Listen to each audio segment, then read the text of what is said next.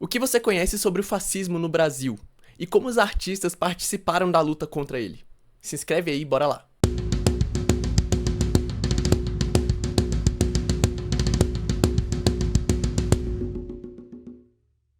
Antes de falar do Brasil, a gente tem que voltar um pouco. A nossa história vai começar lá na Península Itálica. Depois da Revolução Russa de 1917, o ideal revolucionário começou a se espalhar pelo mundo inteiro. Os partidos comunistas começaram a ter muita força política em vários países, como Itália, Alemanha e França, por exemplo.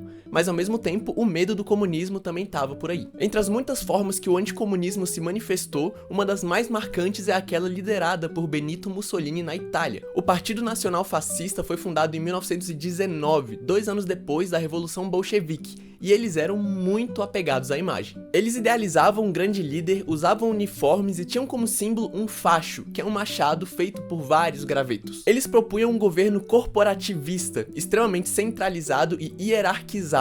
Ao mesmo tempo, a religião e o exército também eram pilares fundamentais para o seu modelo de sociedade. Uniformizados, então, eles marcharam em Roma e tomaram o poder em 1922. O governo daquele momento não resistiu ao golpe, porque eles sabiam que entre os fascistas e os comunistas, a primeira opção manteria os seus privilégios caso tomassem o poder, já a segunda não. Os antigos regimes, chamados de liberal-democráticos, estavam bastante desmoralizados nesse momento.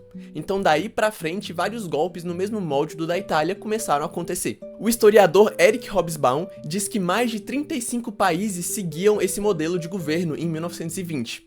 Após 1944, eram só 12. Os golpes que derrubaram esses governos não eram exatamente iguais, mas todos eles compartilhavam algumas características, como o nacionalismo ufanista, a proibição dos partidos, principalmente o comunista, o anticomunismo, a hostilidade às instituições liberais e o autoritarismo. E comenta até que alguns nem tinham uma proposta de governo além de se apresentar como uma alternativa aos comunistas, porque isso já era o suficiente para ter o apoio das elites. Tá, mas e o Brasil? Por aqui esse tipo de pensamento vai chegar bem cedo. O cônsul italiano em São Paulo, Serafino Mazzolini, desde 1928 foi um dos principais divulgadores do ideal fascista em território nacional. Ele comemorava e exaltava os feitos de Benito Mussolini na Itália fascista. Associações construídas nas colônias alemãs e italianas aqui no Brasil, como Palestra Itália, o Clube Germânia e o Clube Espéria, foram conquistadas por facções fascistas e passaram a servir como centros de propaganda ideológica. Entre 1922 e 1932, vários movimentos fascistas vão surgir no Brasil, como a Legião Cearense do Trabalho, a Legião Cruzeiro do Sul, o Partido Fascista Brasileiro, a Cravo Vermelho e vários outros, só que nenhum deles teve nenhuma relevância política. Em 1932, porém, surge a Ação Integralista Brasileira, liderada por Plínio Salgado. O historiador Edgar Carone diz que a diferença entre o fascismo, o nazismo e o integralismo é que os dois primeiros chegaram no poder e o último pretende o poder. Se organizando como uma milícia, os integralistas eram muito apegados à figura do Plínio Salgado.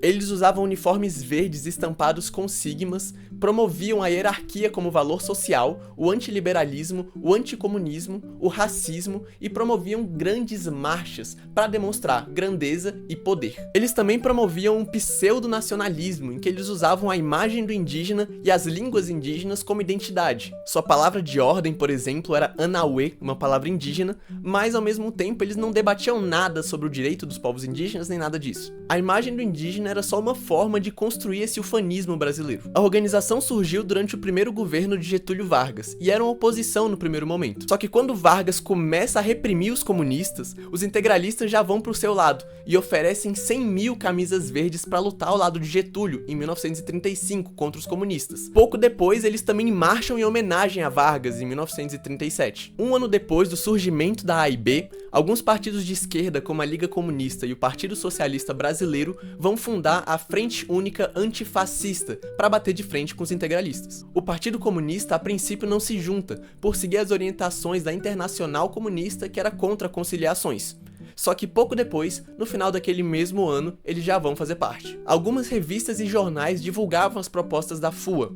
Uma delas, que é o nosso foco de hoje, se chamava O Homem Livre. Ela foi criada por Geraldo Ferraz e trazia a participação de grandes personalidades, como o crítico de arte Mário Pedrosa e a psiquiatra Nise da Silveira. Eles publicavam manifestações antifascistas, ataques ao antissemitismo e ao nazifascismo europeu e ao integralismo brasileiro. Além disso, eles também abordavam questões culturais, lançamentos literários, cinema e artes. Um dos mais famosos textos publicados na revista é aquele que inaugura a crítica de arte de modelo marxista no Brasil. As tendências sociais da obra obra de Kate Kovacs, escrito por Mário Pedrosa, é um ótimo exemplo do estilo da revista. O texto é uma transcrição da conferência feita por Pedrosa na exposição da artista. Ele começa apresentando toda uma conceitualização marxista para refazer a história da arte do ponto de vista homem-natureza, de acordo com o itinerário básico do Capital. Para o crítico, a arte de Kate Kovacs expressa uma consciência de classe que se inicia pelo sentimento de solidariedade na desgraça, e assim, sua primeira expressão toma forçosamente uma forma defensiva. Ele inclui Kate Kovacs entre os artistas sociais,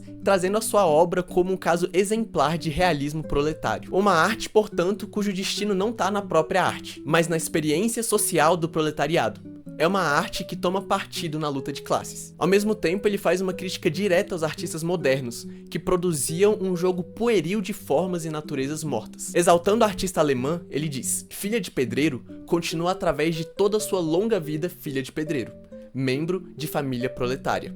Nem os triunfos de sua carreira, nem o esnobismo das modas, nem os sucessivos grupos e escolas técnicas que foi encontrando pelo caminho afastaram-na um instante dessa fidelidade. Ele admira a origem social da artista, mas muito mais que isso, a sua capacidade de se manter produzindo arte social sem ser influenciada pelo academicismo, mesmo tendo frequentado ateliês e academias em Munique e em Berlim. Outro fator memorável da revista O Homem Livre foi sua parte visual. A revista era ilustrada por Lívio Abramo, de acordo com Araci Amaral, o primeiro artista militante a produzir arte social. Desde os anos 20, ele produzia xilogravuras e linoleogravuras, que, de acordo com Mário Pedrosa, carregavam um aceno caloroso à solidariedade de classe. Ele entrou para o Partido Comunista em 1930 e passou a ilustrar o jornal do partido. Só que um ano depois ele é expulso por se recusar a desenhar uma caricatura de Trotsky. E aí ele passa a ilustrar os jornais que seguiam a tendência trotskista. Ele comenta que não se reconhece enquanto artista e diz: já fui chofer de caminhão, sindicalista, jornalista. Minha roda de amigos era de outra área. Quando desenhava ou gravava, fazia-o por gosto, por paixão, mas não pretendo nunca fazer dessa atividade o objeto único de minha vida.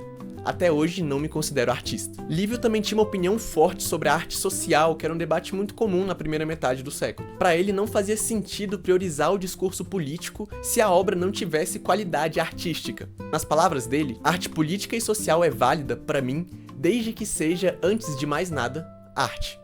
O exemplo está aí, em grandes artistas que cultivaram o gênero, como Kate Kovacs, Daumier ou Goya.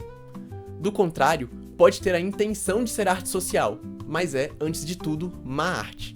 Considero arte social também a arte das sociedades tribais, dos indígenas ou de um primitivo, como Vitalino. Os artistas e escritores foram muito presentes na luta antifascista em São Paulo, onde estava localizado o núcleo do integralismo no país. Em 1934 acontece na cidade a famosa Batalha da Praça da Sé, em que os membros da FUA, inclusive o Mário Pedrosa, que lá foi baleado, fazem uma contra-manifestação em resposta a uma passeata integralista. Marchas e eventos públicos eram parte essencial da mobilização fascista. Então, a FUA se engajava em ações contrárias nos mesmos horários e locais. Na Batalha de 34, o mais marcante desses confrontos, os integralistas fugiram, dando nome pro evento também de Revoada das Galinhas Verdes. Assim como a perseguição aos artistas por parte dos movimentos fascistas, a presença de artistas na luta contra o fascismo foi comum no mundo inteiro. Mas eles nunca se limitavam apenas à produção cultural. Eles também estavam presentes na luta política e armada contra essa ameaça global.